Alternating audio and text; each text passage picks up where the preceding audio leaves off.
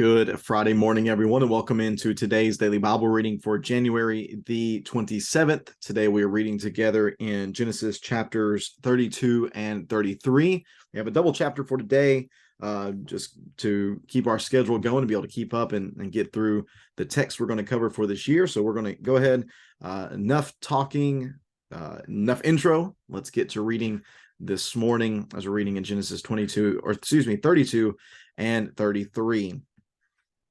Jacob went on his way, and God's angels met him. When he saw them, Jacob said, "This is God's camp."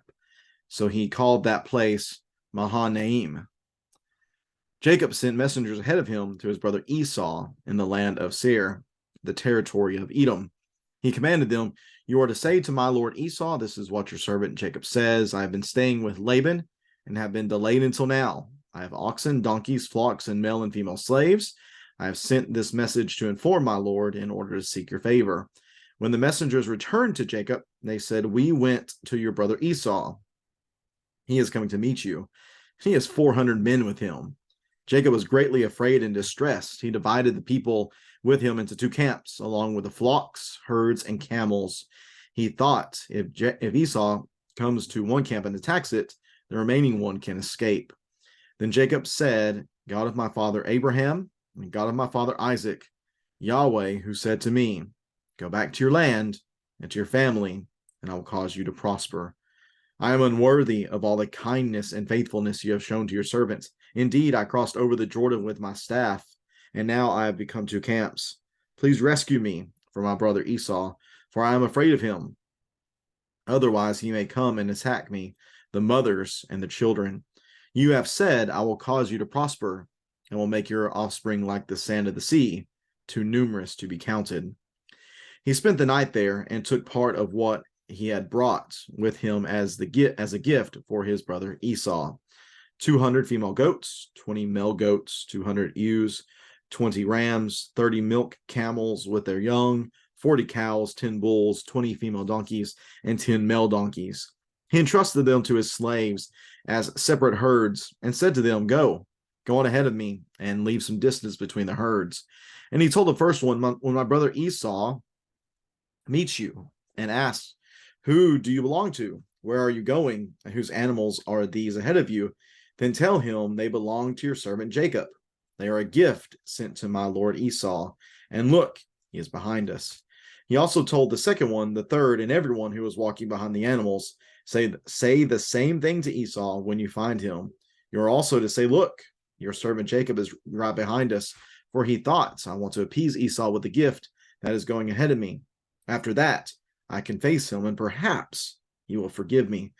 So the gift was sent on ahead of him while he remained in the camp that night. During the night, Jacob got up and took his 2 wives, his 2 women slaves, and his 11 sons, and crossed the ford of Jabbok. He took them and sent them across the stream along with his possessions. Jacob was left alone, and a man wrestled with him until daybreak. When the man saw that he could not defeat him, he struck Jacob's hip socket as they wrestled and dislocated his hip. Then he said to Jacob, "Let me go, for it is daybreak." But Jacob said, "I will not let you go unless you bless me." "What is your name?" the man asked. "Jacob," he replied. "Your name will no longer be Jacob," he said. "It will be Israel, because you have struggled with God and with men and have prevailed." Then Jacob asked him, "Please tell me your name." But he answered, "Why do you ask my name?" And he blessed him there.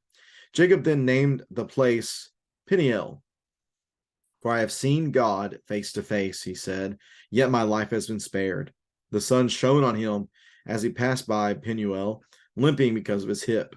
That is why, still today, the Israelites don't eat the thigh muscle that is at the hip sockets, because he struck Jacob's hip socket at the thigh muscle. Chapter 33 says that now Jacob looked up and saw Esau coming toward him with 400 men. So he divided the children among Leah, Rachel, and the 2 slave women. He put the slaves and the children first, Leah and her children next, and Rachel and Joseph last. He himself went on ahead and bowed to the ground 7 times until he approached his brother. But Esau ran to meet him, hugged him, threw his arms around him, and kissed him. Then they wept. When Esau looked up and saw the women and the children, he asked, Who are these with you? He answered, The children God has graciously given your servants. Then the slaves and the children approached him and bowed down to him. And I just realized I never switched the text. Sorry about that. Let me get the right thing up on here. At least you'll get part of it. Here in verse number 7 of chapter 33, apologies again, Leah and her children also approached and bowed down, and then Joseph and Rachel approached and bowed down. So Esau said, What do you mean by this whole procession I met? To find favor with you, my lord, he answered. I have enough, my brother, Esau replied. Keep what you have. But Jacob said, No, please, if I found favor with you, take this gift from me, for indeed I have seen your face, and it is like seeing God's face, since you have accepted me. Please take my present that was brought to you, because God has been gracious to me, and I have everything I need. So Jacob urged him until he accepted. Then Esau said, Let's move on, and I'll go ahead of you. Jacob replied, My Lord knows that the children are weak, and I am nursing flocks and herds. If they are driven hard for one day, the whole herd will die. Let my Lord go ahead of his servant.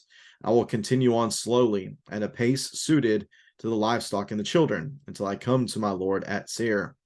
Esau said, Let me leave some of my people with you. But Jacob replied, Why do that? Please indulge me, my Lord. That day Esau started on his way back to Seir. But Jacob went to Succoth. He built a house for himself and shelters for his livestock. That is why the place is called Succoth. After Jacob came from Padan Aram, he arrived safely at Shechem in the land of Canaan and camped in front of the city. He purchased a section of the field there where he had pitched his tent from the sons of Hamor, Shechem's father, for 100 pieces of silver. And he set up an altar there and called it God, the God of Israel.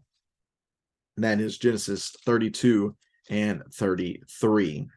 Again, sorry about messing up, not sharing the right screen with you. I'll go ahead and scroll up to the top so that way we can see now what exactly I was reading earlier. Sorry for that. Here in chapter 32, again, Jacob is leaving the household of Laban, and he's on his way back to the land of Canaan in order to establish his own household and to return to the land of promise.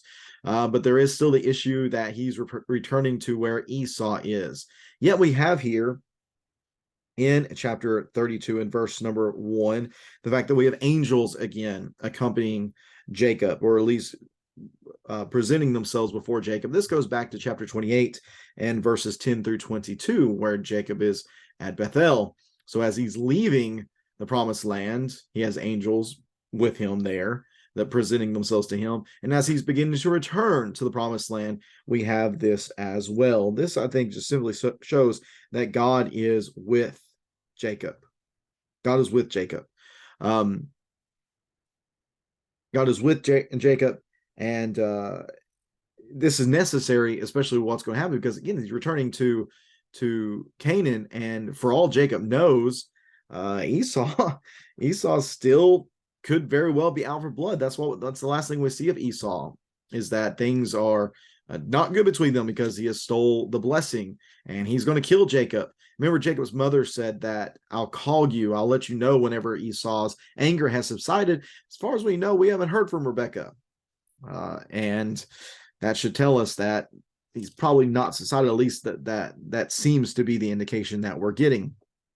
So Jacob's strategy here then is to present himself as inferior to Esau, to present himself as Esau's servant. That's why we have the language of your servant, or your Lord Esau, your servant Jacob.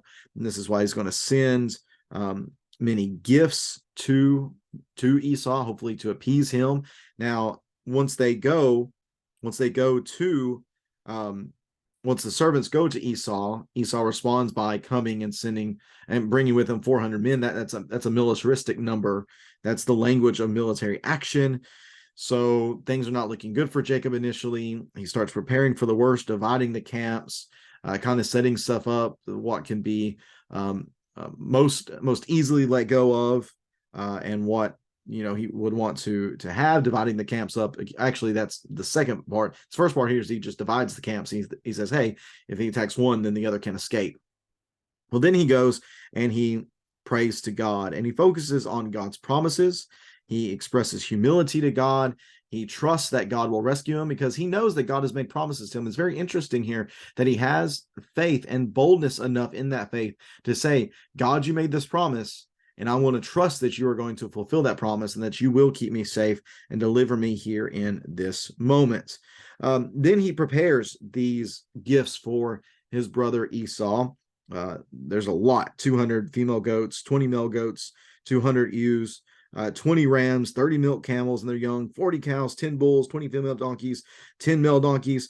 There's a lot. And he's going to present them before Esau. The servant's going to drive these herds, and he sees, oh, this is a very impressive herd. Well, what is this? Well, this is yours. The servant is to say, this is from your servant Esau. These are gifts for you.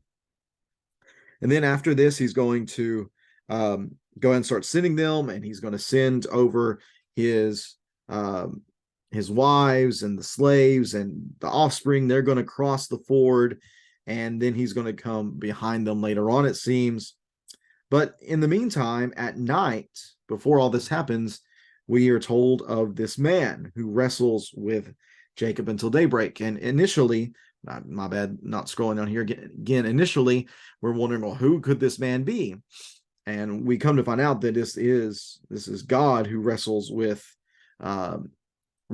Jacob. He's in the form of the angel of Yahweh. And we know that because that's exactly what Hosea identifies in Hosea chapter 12 and verse number 4. He identifies as this being the angel of Yahweh. There's this wrestling that takes place. And again, this is very strange to us because this just seems kind of weird. Why would the angel of Yahweh in a sense humble himself in order to even be wrestled with?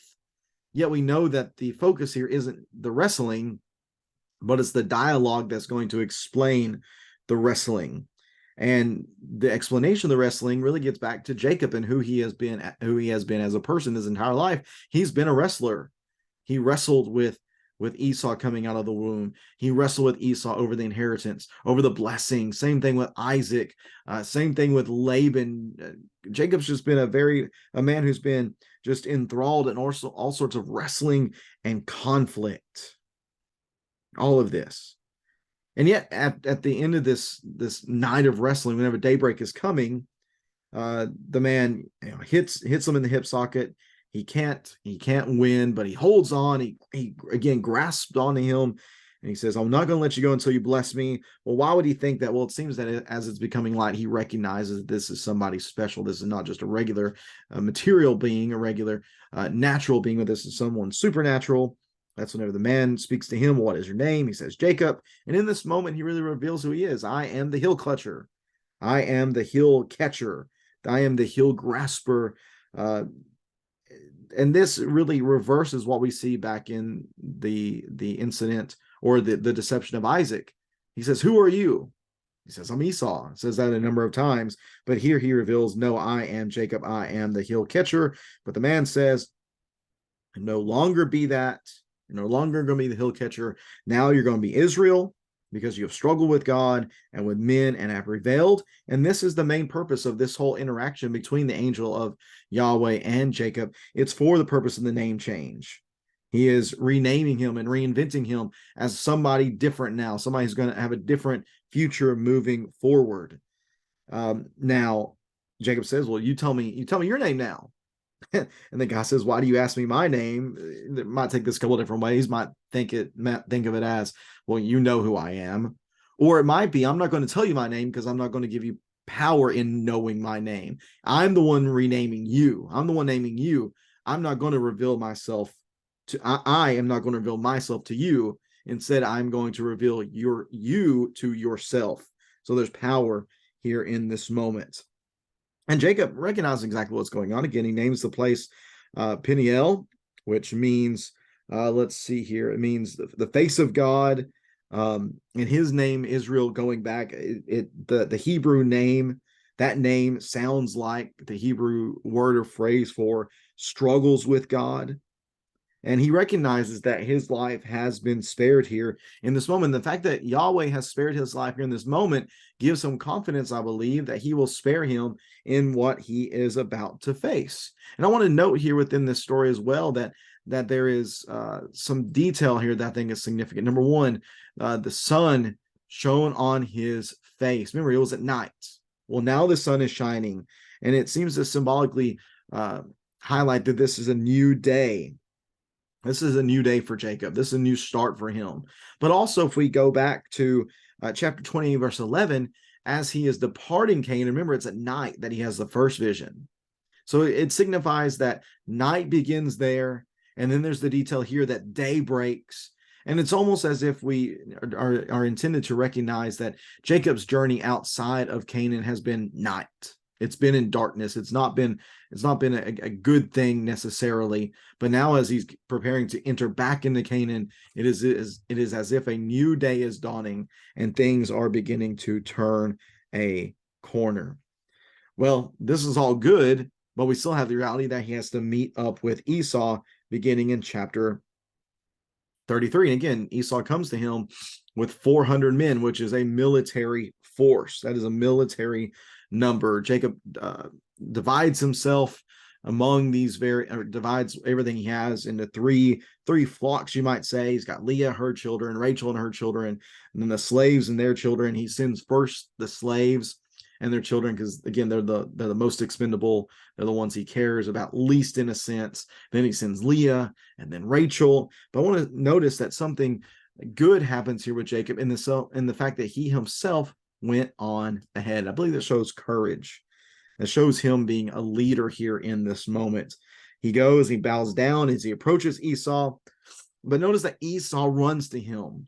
And this seems to be the first inclination that maybe there's been a change in Esau, because he hugs him, he meets him, hugs him, throws his arms around him, he kisses him, and the text says that they wept together. Everything that's happened, all the resentment, all the anger for 20 years, we think that might have been there. But it seems as if, for whatever reason, Esau has allowed the brotherly love that he should have had for Jacob to come to the surface and to be the most prominent here in this moment. He looks at the children. Well, who are these children? He said, these are the ones that God has graciously given to me. He says, okay, cool. Well, what about all these possessions, all this stuff? What is this? He said, well, that's for you to find favor with you, my Lord. But Esau says, I have enough. And more than likely, Esau definitely does have enough. It seems as if he's taken over this territory of Seir, so he doesn't need these things. But Jacob insists. Jacob insists that he takes it, and it seems to be Jacob is recognizing this is being necessary in order for things to, in a sense, be righted, because he had taken a lot from Esau.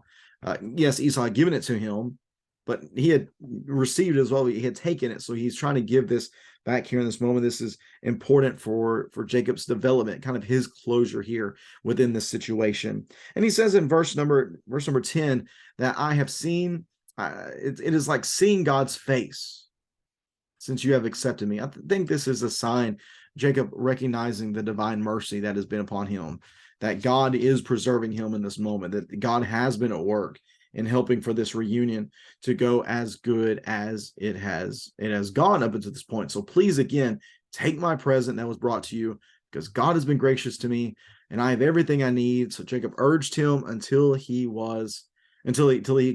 Esau accepted the gift that he had sent. Well, they begin to move forward. Literally, they begin to move forward, and Esau says, come on, let's go. We'll head back. But Jacob says, we can't do that. You've got an army, basically.